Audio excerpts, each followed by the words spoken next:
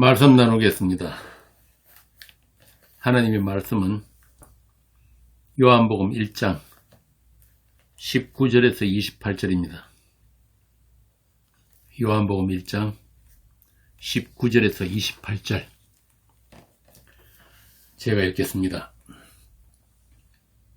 유대인들이 예루살렘에서 제사장들과 레위인들을 요한에게 보내어 네가 누구냐 물을 때에 요한이 정언이 이러하니라.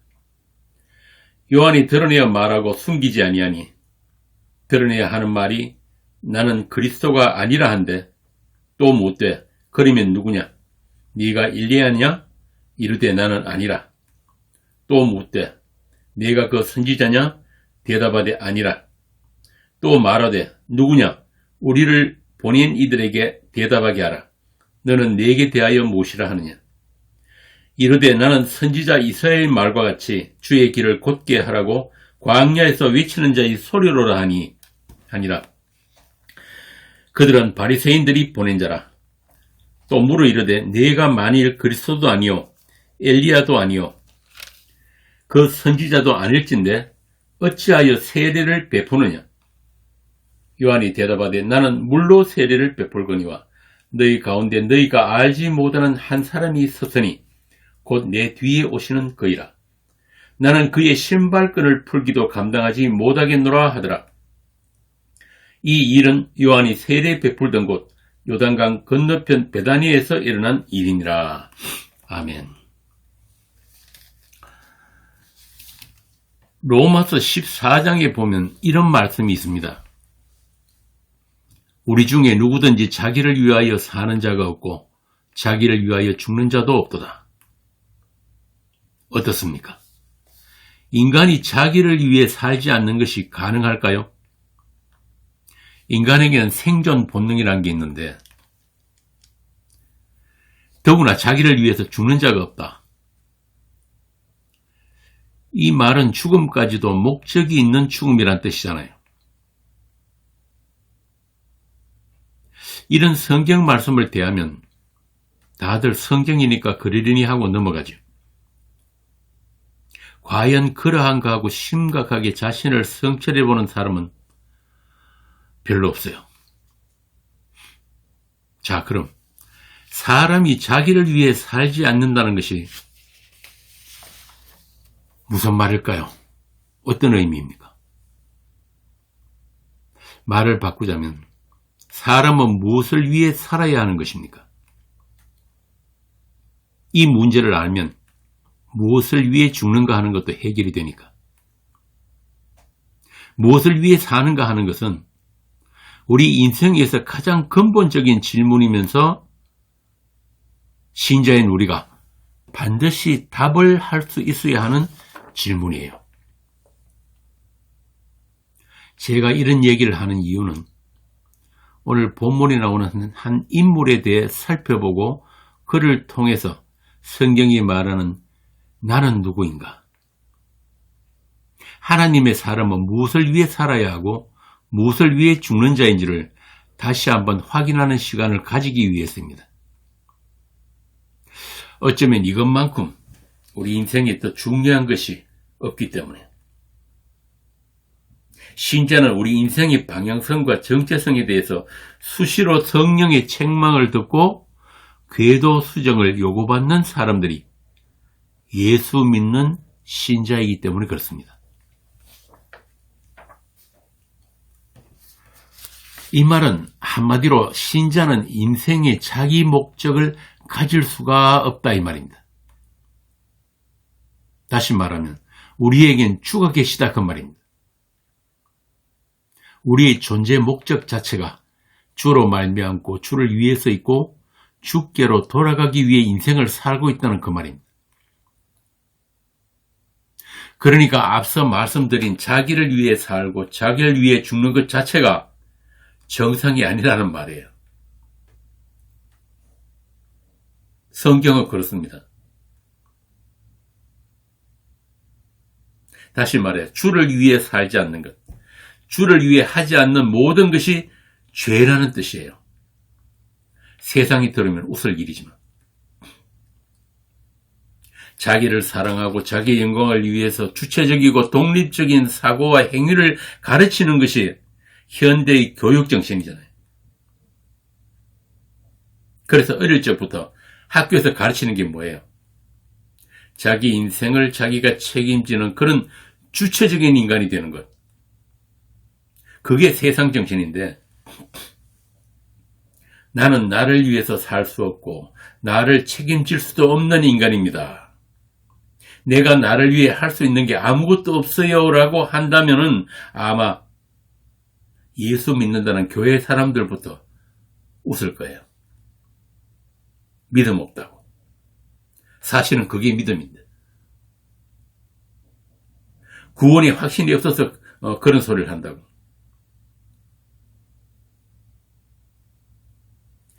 예수 믿는 목적이 내 인생 내가 행복하게 살려고 믿는 건데, 나라는 존재를 좀 더 가치 있는 그런 존재로 만들어주는 그런 신을 찾아서 나 스스로 해결할 수 없는 문제를 해결해주는 그런 신적 존재를 찾다 보니까 내가 선택한 예수고 하나님인데, 예수도 하나님도 내가 있어야 있는 거잖아. 내가 없으면 세상도 하나님도 없다는 게 현대인의 합리적인 사고방식이에요. 주체의식. 그건 교회 다니는 사람이나 안 다니는 사람이나 다 똑같은 게, 이게 세상 현실이잖아. 쉽게 말하면 세상과 교회의 경계선이 없어져 버린 게 이 악한 세대란 말입니다. 그래서 모든 사람, 모든 아담, 그들이 공동으로 가진 종교가 있어요. 태어날 때부터 가지고 있는 거. 그게 뭐냐면은 인간교예요. 인간교. 인간에 의한 인간을 위한 인간의 세상을 추구하는 인간교. 그 인간을 부정하면 하나님이라도 살해해버리는 인간 지존의 세상이 우리가 살고 있는 이 세상이란 말입니다. 그 세상에서 나지 않은 어떤 분이 나타나신 거예요. 자신을 하늘로부터 왔다는 예수입니다. 그런데 참 놀랍게도 이 예수의 주되심을, 다시 말하면 이 예수가 하나님이시라는 것을 증거하기 위해 태어난 사람이라고 자기를 소개하는 사람이 또 등장하는데, 그가 바로 오늘 본문의 세례 요한입니다. 그래서 그는 계속해서 나는 아니오를 하는 거예요. 나는 그리스도가 아니요, 엘리야가 아니요, 그 선지자도 아니요. 그럼 뭐냐? 나는 그냥 소리를 따냅니다.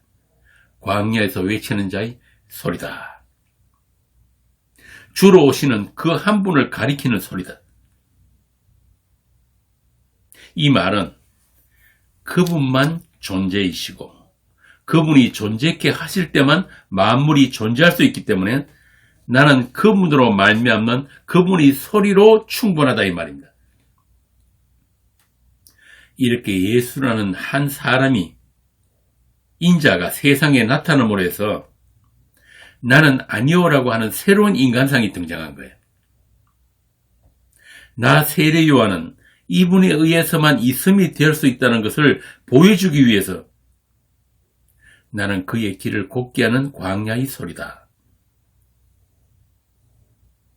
옛날에 우리나라도 그랬잖아요. 왕이 행차하면은, 또 대감이 행차하면은 물러거라 그렇게 떠들면서 앞에서 외치는 사람이 있잖아요. 그것처럼 나는 세상 임금으로 오신 예수, 이스라엘 왕의 행차에 앞서서 외치는 소리일 뿐이다. 내가 그렇게 소리로 외쳐져야 하는 것은 내 뒤에 오시는 분이 나보다 먼저 계심이기 때문이다.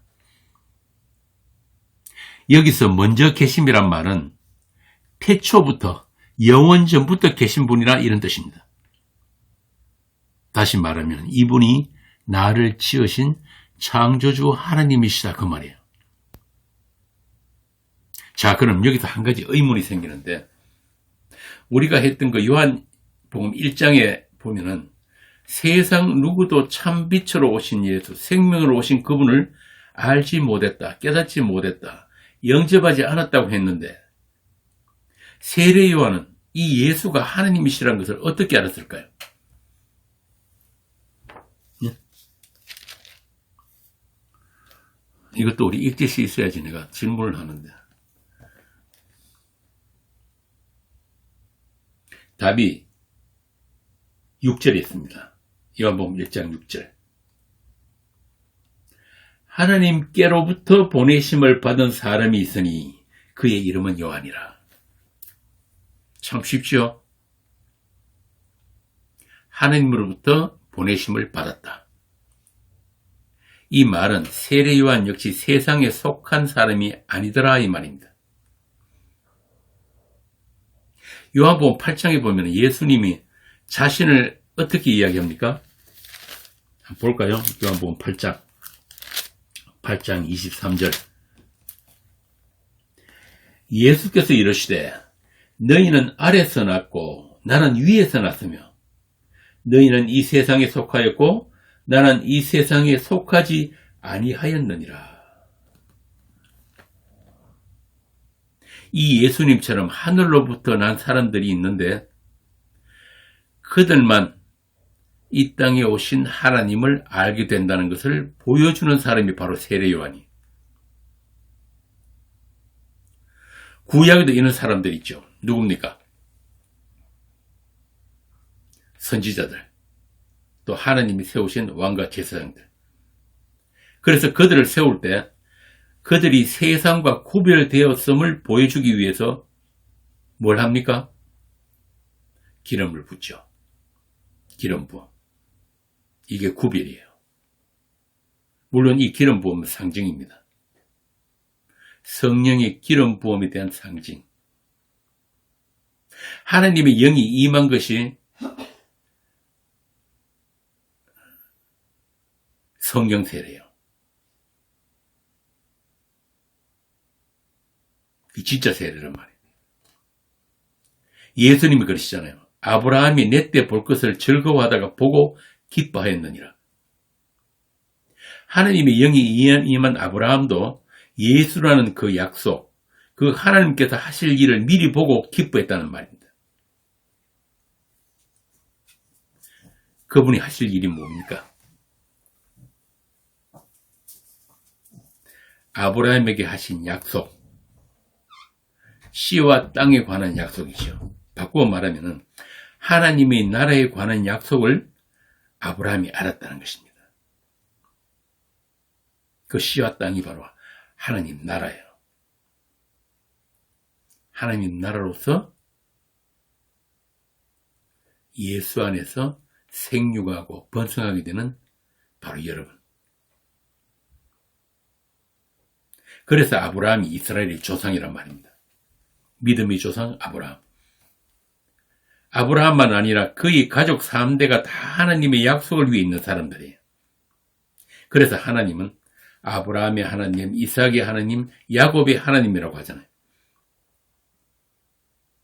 그렇게 하나님의 약속으로 난 자들, 위로부터 난 자들, 약속을 위에 있는 자들을 복음서에서 아브라함과 다윗의 자손 예수 그리스도의 계보라, 족보라 그렇게 설명을 하는 거예요. 아담에게서 났지만 예수 그리스도의 족보로 옮겨진 자들. 그래서 그들이 살면은 그들의 이름이 아니라 예수 그리스도라는 하나님의 이름이 증거되고 하나님의 이름을 위해서 하는 사건들이 그들 인생에 반복되어서 발생하게 되는 것입니다. 이 사람들을 살아도 주를 위해 살고 죽어도 주를 위해 죽는 하나님의 사람이라고 합니다. 그들이 삶 자체가 오실 그리스도의 죽음, 십자가, 그 언약의 피를 증거하는 사건들로서의 삶이에요. 누가복음 11장 보겠습니다. 누가복음 11장 49절.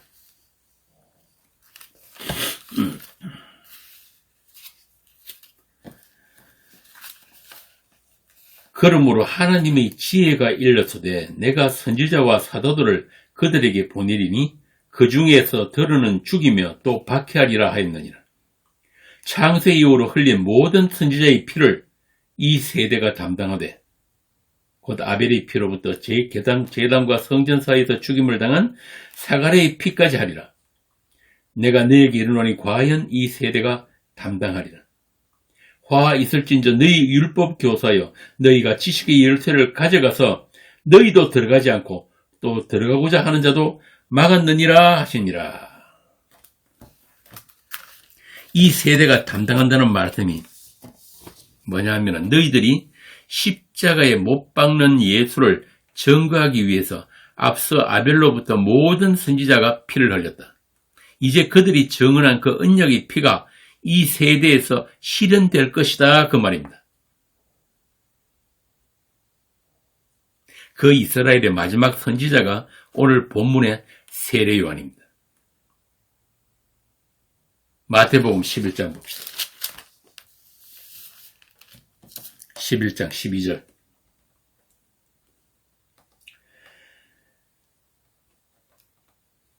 세례 요한의 때부터 지금까지 천국은 침노를 당하나니 침노하는 자는 빼앗느니라. 모든 선지자와 율법이 예언한 것은 요한까지니 만일 너희가 즐겨 받을진대 오리라 한 엘리야가 곧 이 사람이니라. 귀 있는 자는 들을지어다. 믿음의 조상 아브라함에게 약속하신 그 씨와 땅으로 오신 예수 그리스도, 천국을 몰고 오신 그 예수 그리스도에 의해서 하느님 나라가 너희 가운데 이미 이루어졌다 그 말입니다. 그래서 세례 요한은 나는 아니오라고 한 거예요. 하느님의 약속은 한 분 예수 그리스도이시고 그 약속을 다 이루실 분도 예수 그리스도이기 때문에 나는 모든 선지자와 율법이 마침이 되시는 예수 그리스도의 행차를 앞에서 외치는 소리로 충분하다. 한마디로 그분이 아니면 나는 아무것도 아니다. nothing이다. 이런 정체성, 이런 자인식을 가진 자들을 그리스도의 것이 된 그리스도인이라고 합니다. 그들이 교회예요. 그리스도의 신부된 교회, 하나님의 피로 사신 교회입니다. 그래서 그들은 자기 목적을 가질 수가 없고 자기 것, 자기 말이 없는 사람이에요. 이 세상이라는 같은 공간에 살고 있지만 세상과 다른 세계를 살고 있단 말입니다. 세상과 다른 말, 세상과 다른 눈, 세상과 다른 귀, 다른 생명, 세상과 다른 시간층을 살고 있기 때문에 세상과 소통이 안 되는 사람들을 에클레시아, 세상에서 불러낸 교회라고 한단 말입니다. 그렇게 세상과의 다름을 거룩이라고 합니다.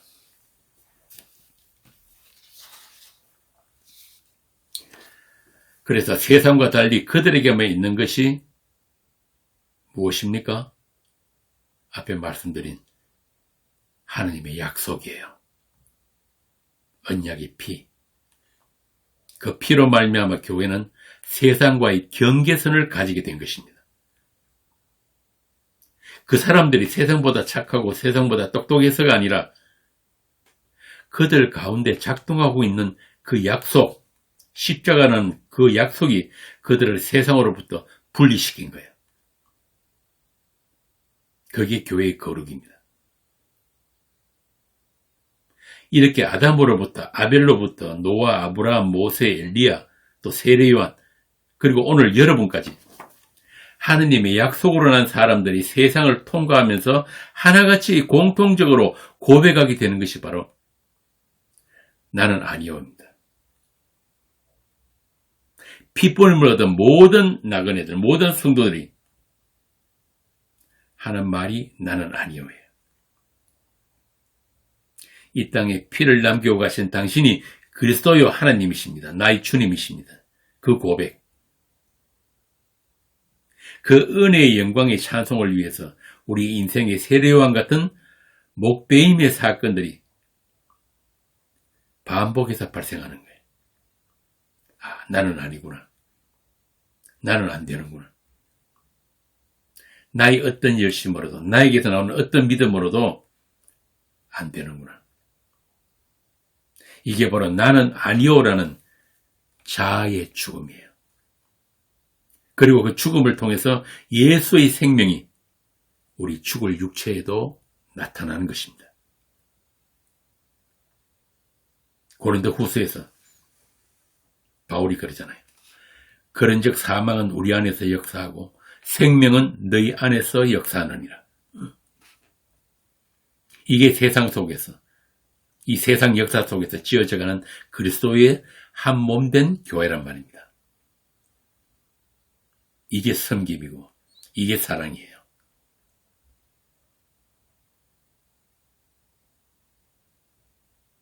이런 언약적인 죽음과 생명의 사건이 없는 교회는 교회가 아니란 말입니다.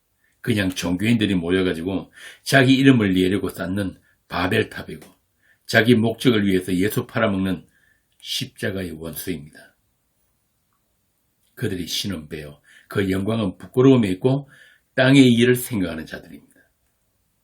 그들에게는 이 약속이 작동하는 현실이 없단 말입니다.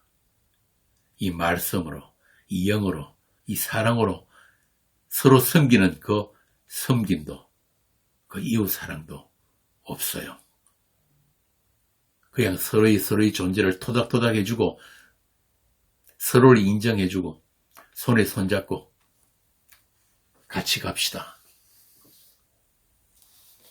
그거는 같이 죽는 거지, 같이 사는 게 아니란 말입니다.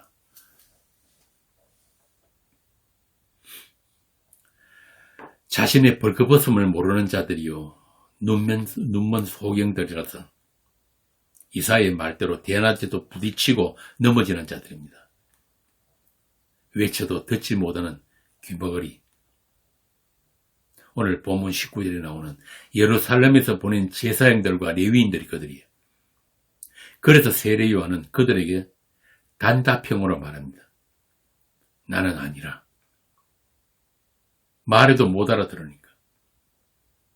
빛이 왔어도 깨닫지 못하는 소경에게 다른 세계에 대해서, 빛의 세계에 대해서 설명할 길이 없는 거예요.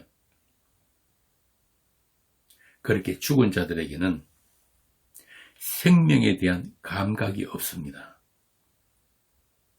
생명 현상 자체가 없어요. 여러분도 그런 경험이 있을 겁니다. 같은 한국말인데 소통이 안 되잖아요.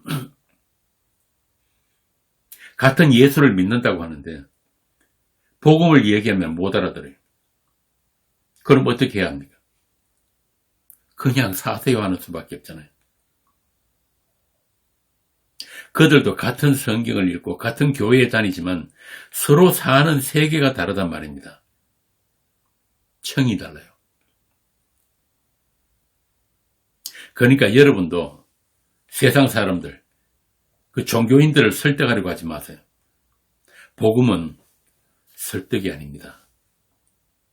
그냥 정언하는 것뿐이에요.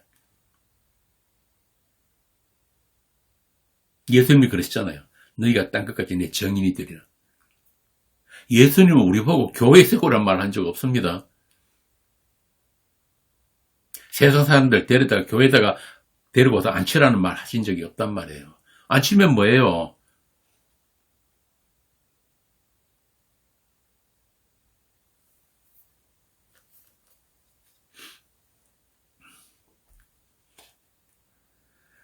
그래서 복음은 정언입니다.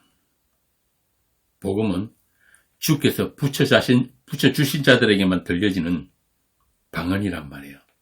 하늘방언. 세상은 꺼리고 미련하게 여겨야지 십자가 도가 제대로 전해진 거예요. 전도하겠다고 온갖 수단 방법을 다 동원해도 제자 훈련 백날에도 예수의 주되심을 믿게 하는 것은 성령으로만 되는 것입니다. 제가 아는 어떤 목사가 전도가 잘 되려면 착한 행실이 필요하다고 하던데 그런 말을 하는 사람은 예수 안 믿는 사람이에요. 그래서 사도가 믿음 안에 있는지 자신을 시험하고 확정하려고 한 거예요. 수시로. 그리스도가 내 안에 계시지 않으면 너는 버림받은 자다. 아무리 많은 지식이 있어도, 아무리 복음을 많이 알아도 그것이 믿음을 만들어줄 수는 없는 거예요. 믿음은 우리의 선택이나 노력이 아니라 주가 되신 분의 선택이고 그분과의 관계이며 그분의 열심이 믿음인 거예요.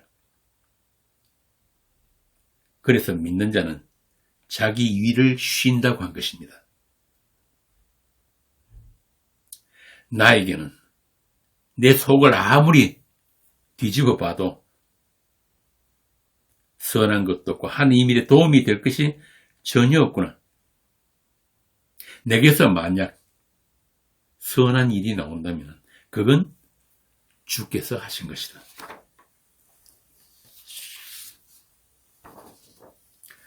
이렇게 세상은 예수를 몰라야지 세상이에요. 예수님의 하나님 되심을 몰라야 하고 십자가를 몰라야 한단 말입니다. 오늘 본문에 나오는 제사장 레위인 바리새인들이 성경을 진짜 몰랐습니까? 아니잖아요. 성경 바사들이잖아요. 그런데 그들 앞에 나타난 그 하나님을 몰랐단 말입니다. 모른 정도가 아니에요. 그분을 귀신의 왕 바알세불이라고 했다니까요. 그리고 이단으로 정죄해가지고 십자가에 못 박아버렸습니다.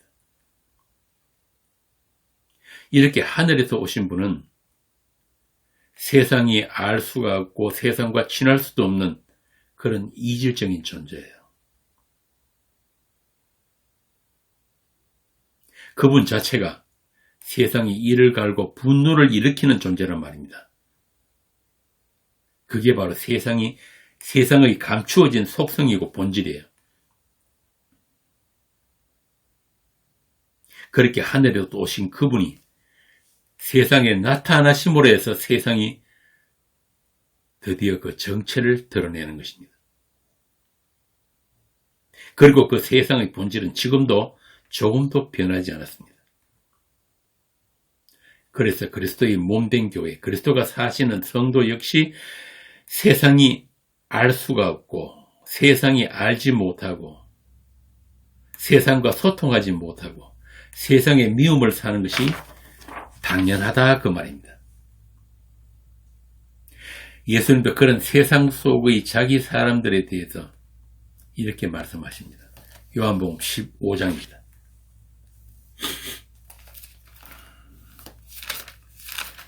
요한복음 15장 13절 제가 읽겠습니다.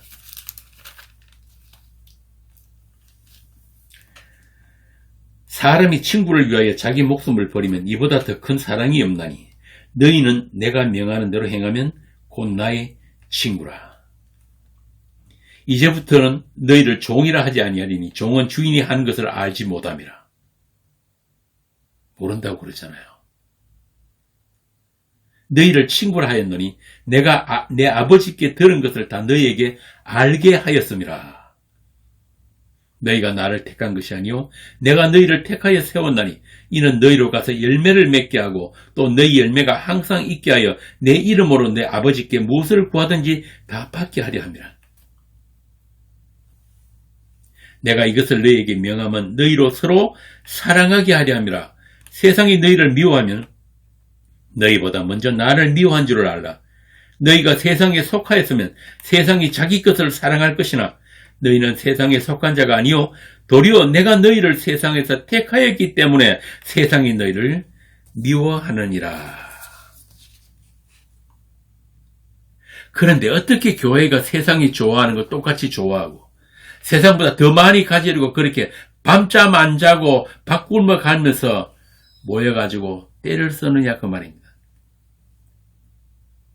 하느님 보호자를 흔들게도 협박이나 하고 그러니까 세상이 교회를 보고 기독교라고 하는 거예요. 저 인간들은 어떻게 우리보다 욕심이 더 많아? 응? 살아서도 좋은 거 다 하고 죽어서도 천당 가겠다고. 나는 저런 인간들 가는 천국 안 간다. 그게 기독교예요. 그래서 모든 아담들이 태어나면서 가지고 있는 종교가 있는데 그게 인간교란 말입니다. 하나님이든 예수든 부처든 다 인간을 위해서 있어야 하는 그 인간교. 나 있음에서 시작되는 모든 종교는 다 인간교예요. 자기 목적을 위해서 섬기는 모든 신은 예수든 하나님이든 부처든 알라든 다 우상이란 말입니다. 우상. 내가 투사되고 확장된 그 우상. 그래서 오늘날 세상 교회에는 1000명이 모이면은 1000개의 우상이 있고 10,000명이 모이면 10,000개의 우상이 있어요. 그래 수천 수만 명이 모여서 빌고 비는데 그들이 다 보살이란 말입니다. 보살.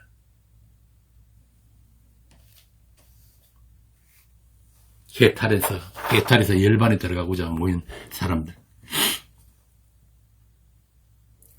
오늘 본문에 나오는 그 사람들, 세례 요한을 찾아온 그 사람들, 요한에게 너는 누구냐고 묻는 그 사람들이 요한을 찾아온 목적이 무엇이겠습니까?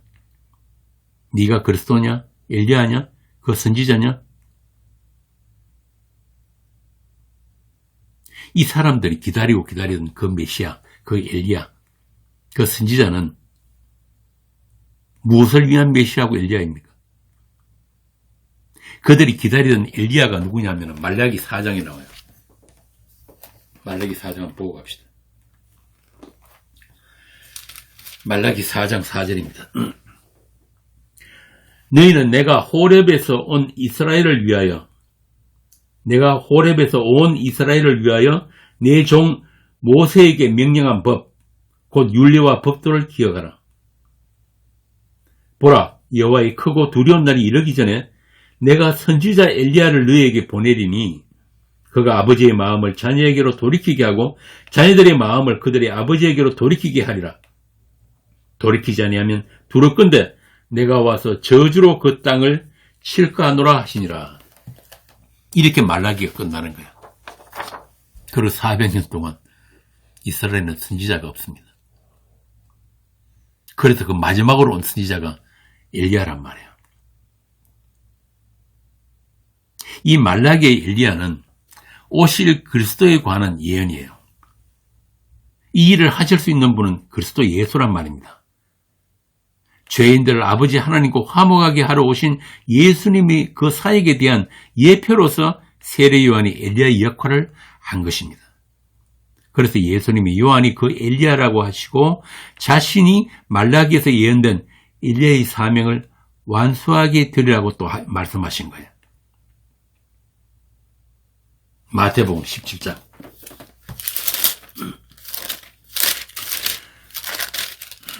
10절 제 아들이 물어 이르되 그러면 어찌하여 서기관들이 엘리야가 먼저 와야 하리라 하나이까? 예수께서 대답하여 이르시되 엘리야가 과연 먼저 와서 모든 일을 회복하리라. 내가 너희에게 말하노니 엘리야가 이미 와서되 사람들이 알지 못하고 임의로 대화하였도다. 인자도 이와 같이 그들에게 고난을 받으리라 하시니 그제서야 제자들이 예수께서 말씀하신 것이 세례 요한인 줄을 깨달으니라. 당시의 유대인들은 말라기의 그 엘리야가 그 하늘로 올라간 것처럼 불말과 불병거를 타고 와서 회개와 심판을 외치면서 자녀들의 마음을 아비에게 돌리게 한 후에 뒤이어서 메시아가 오실 것을 기대한 거예요. 어떤 메시아입니까? 다윗 왕국을 회복하실 메시아. 이스라엘을 대적하는 모든 이방 나라들을 발 아래 굴복시키고 로마 제국을 쳐부수고 세상을 정복하는 그 다윗 왕국. 그래서 이스라엘 사람들은 눈이 멀도록 엘리야를 기다렸단 말입니다.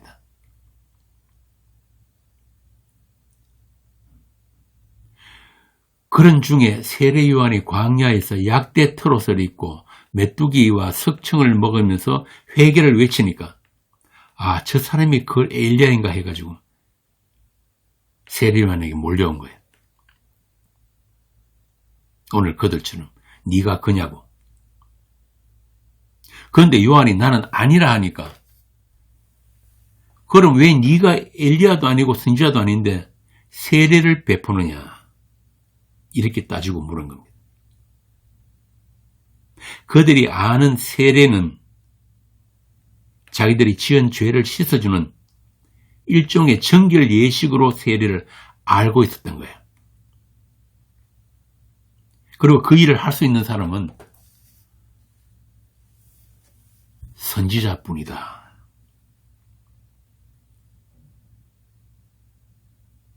네가 제사장도 아니고 네가 선지자도 아닌데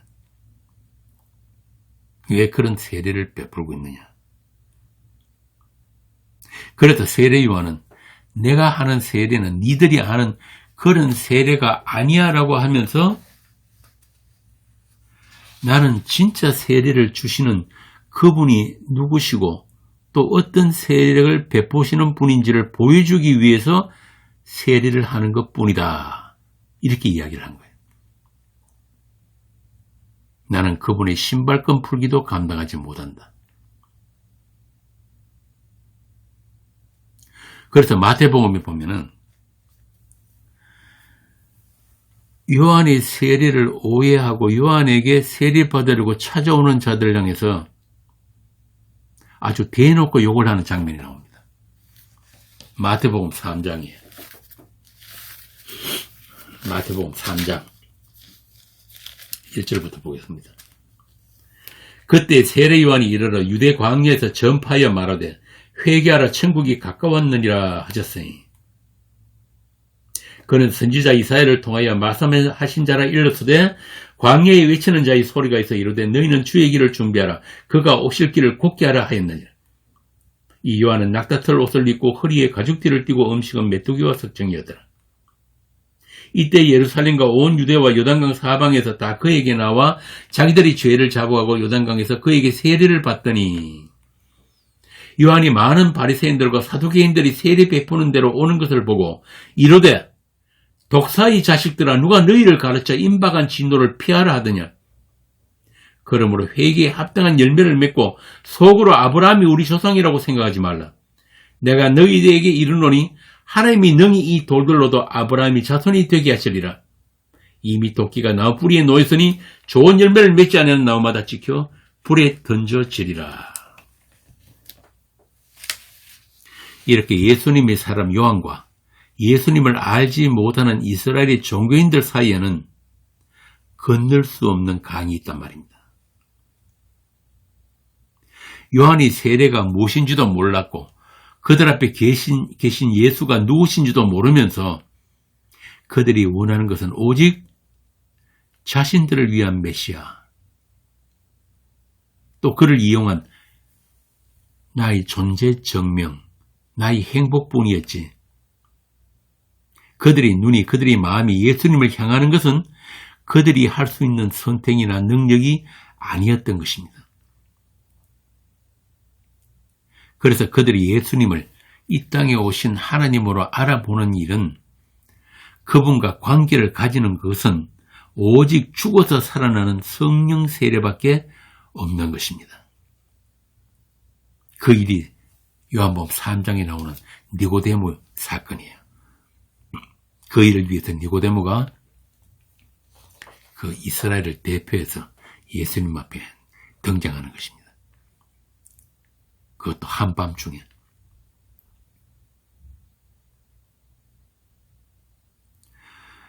유대인을 대표하는 바리새인이요 종교 지도자인 니고데모를 통해서 육으로 난 것은 육이요 영으로 난 것은 영이니 니고데모 네가 거듭나지 않으면은 위로부터 나지 않으면은 물과 성령으로 나지 않으면은 너는 나와 상관없는 자다. 이렇게 예수님이 직접 세례 요한의 세례가 무엇을 가리키는 세례인지를 설명을 해주신 거예요. 세례란 죽어서 사는 것이지 산 자가 더 나은 삶을 위해서 세례를 받는 게 아니다. 세례는 하나님의 목적이 니들의 목적 아니다 그 말입니다. 너희들이 생명 없는 죽은 자라는 것을 확인하는 게 바로 요한의 세례다 그 말입니다. 오늘날도 예수 믿는다는 사람들이 그들과 조금도 다르지 않죠. 나 있음에서 더 나은 내가 되기 위해서 교회에 나오는 사람들. 내가 원하는 것을 얻기 위해서 교회에 나오는 사람들. 그거 예수 믿는 거 아니거든요. 교회는 내 문제를 해결받으러 오는 곳이 아니에요. 현대는 정보의 시대라고 하죠. 컴퓨터만 켜면은 온갖 정보의 홍수가 넘쳐나잖아요. 그렇다 보니까 성경 지식, 신학 정보, 심지어는 십자가에 대한 신학적인 정리까지 가능한 세대가 오늘날 현대의 종교인들이란 말입니다. 그러다 보니까 교회는 안 나가면서 예수도 알고 십자가 복음도 안다는 사람들이 우리 주변에 참 많습니다. 가난한 교인이라고 하죠. 예전에 우리 교회의 어떤 분도 김성수 목사님 그 설교 수백 편을 담아가지고 백두산에 들어간 분이 있어요. 그렇게 복음 잘 전하는 목사 설교만 열심히 듣고 잘 따라하면은 그 목사만큼 예수 잘 믿을 수 있다고 생각하는, 그렇게 착각하는 게 뭐냐 하면은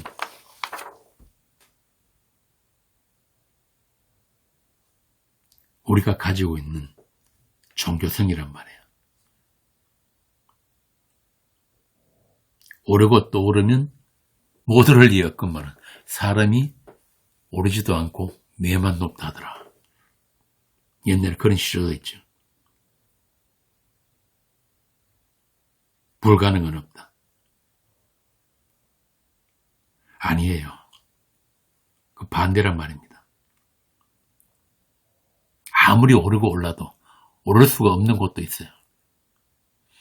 하나님이 막아놓으셨다니까요. 근데 그런 종교인들을 보고 10편 73편입니까? 거기 보면은 아사비 시에 보면은 하나님께서 그들을 미끄러운 곳에 두셨다. 참 재밌는 말이죠. 계속 기어오르면 오를수록 계속 미끄러지는 거예요. 그렇게 복음 잘 전하는 목사 설교 듣고 잘 따라만 하면은 그 목사만큼 예수 믿을 수 있다고 생각하는 사람들이 종교인들입니다. 그런데 그들이 모르는 게 뭐냐면은 아무리 열심으로 김성수를 학습을 해도 김성수의 예수가 나의 예수가 될 수 없다는 그 사실을 모르는 거예요. 바꾸어 말하면 구원은 십자가 지시는 예수님과 나와의 단독적인 관계지 그 사이에 어느 누구도 개입할 수가 없어요. 그래서 구원은 하나님의 약속이 있다고 하는 거예요. 나의 선택도, 나의 믿음도, 나의 지식도, 나의 열심도, 나의 체험도 아니고 오직 약속이에요. 약속의 능력이란 말입니다. 다른 말로 하나님의 약속이신 예수가 나의 구원이고 나의 생명이에요. 그분과의 모든 관계를 믿음이라고 하는 거예요. 그분이 사시는 내 인생이 믿음으로 사는 거란 말입니다. 히브리서 11장에 나오는 그 믿음으로. 그런데 그 예수가 말씀 육신으로 세상에 오셔서 그들 앞에 서 계신데도 세상에 둘도 없이 경건하고 성경을 잘한다고 하는 그들이 그 예수를 몰라보고 틈만 나면 죽이려고 했단 말입니다. 결국 나는 아니요 하던 세례 요한부터 그들에 의해서 목이 베어졌잖아요. 세상 왕에게 당신은 왕이 아니오 예수가 이스라엘 왕입니다 하는 마지막 선지자로서 요한이 피를 흘린 거예요. 이와 같이 그리스도의 사람들은 그리스도의 정인으로서 세상을 살다가 가는 사람들이에요. 인생에 다른 목적 없단 말입니다. 뭘 남길 게 있어요. 예수님의 주되심을 증언하기 위해서 나는 아니오의 인생을 살아내야 하는 사람들. 그래서 세상을 성도의 무덤이라고 하는 겁니다. 모든 성도가 살아내야 하는 자기 부인의 십자가가 세워지는 거예요. 이 광야 세상을 통과하면서 내 이름이 삭제되고 하나님의 이름으로 살게 되는 것이 무엇인지를 우리가 배워야 하는 것입니다. 그래서 교회를 예수 이름으로 모이는 교회라고 합니다. 그들은 다 세례 요한처럼 목이 베어져 가지고 예수라는 머리의 지체로서만 존재하는 교회입니다. 그들이 주님과 한몸 된 교회예요. 하나님의 피로 사신 교회. 그래서 그들에게는 자기 이름이 없고 자기 소유가 없고 자기 목적이 없어요. 그리스도의 것이 된 그리스도의 소유가 된 자들이기 때문에 그들의 삶은 다 그리스도가 사시는 삶이에요. 하나님이 그렇게 바꾸신다니까요.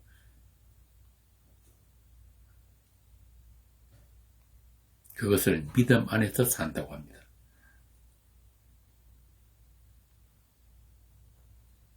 다른 말로 그리스도 안에서 사는 삶이에요. 그리스도가 나의 주가 되신 성도들의 삶. 그래서 로마서에서 먹든지 마시든지 무엇을 하든지 주를 위해서 하라고 하는 거예요.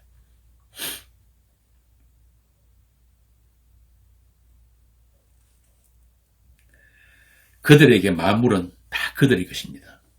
그리고 그들은 그리스도의 것입니다. 그리고 그들은 모든 것이 합력해서 하나님의 선을 이루게 되는 것입니다. 그러니까 어떤 목사 이름으로 모이고 교회 이름으로 모이는 그런 모임은 교회가 아닙니다. 장로교, 침례교, 감리교, 가톨릭 그런 교회는 없어요. 그건 예수교가 아니라 대한유대교란 말입니다. 결국은 인간교로 통합되는 거예요. 사람의 이름으로 하나 되는 교회. 그들을 하나님의 원수된 교회라고 합니다. 그들의 배후에는 사단이 있기 때문에 그리스도의 영광의 복음을 가리는 사단의 회당. 그런 세상 속에서 그리스도의 복음, 사람의 복음이 아닌 그리스도의 복음이 있는 성도는 그 존재 자체가 세상의 미움을 사게 되는 거예요. 왜 너는 우리와 다른 거야? 왜 너는 우리와 다른 말을 하는 거냐고? 왜 우리는 아니라고 하는 거냐? 왜 나는 아닌데? 왜 내 제사는 안 받으시는데? 이게 가인이었잖아요. 그 가인에게 맞아 죽는 사람들이 그리스도인이에요. 이렇게 세상의 본질이 말씀이 있는 생명이 있는 성도를 세상의 위기로 여기는 거예요. 성도가 증언하는 십자가가 자신들이 존재를 부정하고 공격하는 것으로 받아들이는 것이 세상의 속성이고 본질이기 때문에 그렇습니다. 그래서 말씀이 있는 성도는 자꾸 입을 닫게 되는 거예요. 소통이 안 되니까. 말해봤자 욕만 얻어먹으니까. 그럼에도 내 안에 사시는 분이 그리스도라서 부득불 하기 싫은 말을 하게 되는 것이 세상 속에서 핏보림을 얻은 나그네들입니다. 그런데 그들이 죽음을 통해서만, 그들이 피를 통해서만 복음이 전해지는 거예요.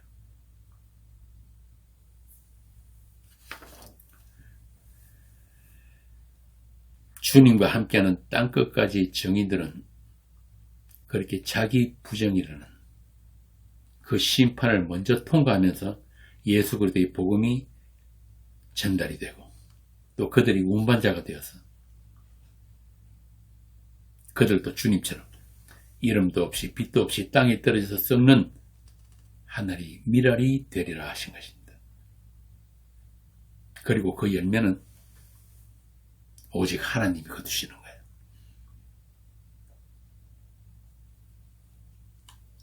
그렇게 나는 아니오의 삶을 살아가는 사람들이 저와 여러분입니다. 자기를 위해 사는 자도 없고 자기를 위해 죽는 자도 없는 그 복을 날마다 누릴 수 있는 저와 여러분이 되시기를 빕니다. 그렇게 잘 죽으시면 됩니다. 우리의 생명은 이미 하나님의 품 안에 감추어지기 때문입니다. 그 삶이 힘들더라도 이 세상 속에서 잘 죽어가시면 돼요. 고린도후서 5장 13절부터 19절까지 함께 읽고 오늘 강론을 마치겠습니다. 고린도후서 5장 13절부터 19절까지 읽겠습니다. 우리가 만일 미쳤어도 하나님을 위한 것이요 정신이 온전하여도 너희를 위한 것이니 그리스도의 사랑이 우리를 강권하시는도다. 우리가 생각하건대 한 사람이 모든 사람을 위하여 대신하여 죽었은즉 모든 사람이 죽은 것이라. 그가 모든 사람을 대신하여 죽으시면 살아있는 자들로 하여금 다시는 그들 자신을 위하여 살지 않고 오직 그들을 대신하여 죽었다가 다시 살아나신 이를 위하여 살게 하려 함이라.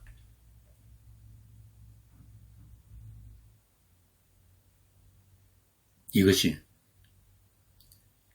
그리스도께서 사시는 삶이에요. 우리가 노력해서 되는 삶이 아니라. 그러므로 우리가 이제부터는 어떤 사람도 육신을 따라 알지 아니하노니 비록 우리가 그리스도도 육신을 따라 알아서는 이제부터는 그같이 알지 아니하노라. 그런즉 누구든지 그리스도 안에 있으면 새로운 피조물이라. 이전 것은 지나갔으니 보라 새 것이 되었도다. 모든 것이 하나님께로 났으며 그가 그리스도로 말미암아 우리를 자기와 화목하게 하시고 또 우리에게 화목하게 하는 직분을 주셨으니 곧 하나님께서 그리스도 안에 계시사 세상을 자기와 화목하게 하시며 그들의 죄를 그들에게 돌리지 아니하시고 화목하게 하는 말씀을 우리에게 부탁하셨느니라. 아멘. 기도하겠습니다.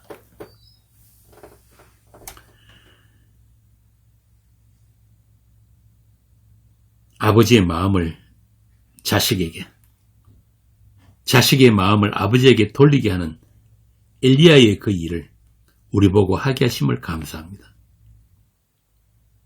우리가 이 복음에 참여되는 영광을 주셨으니 하나님의 일꾼으로 부족함이 없게 하시고 근심하는 자 같으나 항상 기뻐하고 가난한 자 같으나 많은 사람을 부유하게 하고 아무것도 없는 자 같으나 모든 것을 가진 자로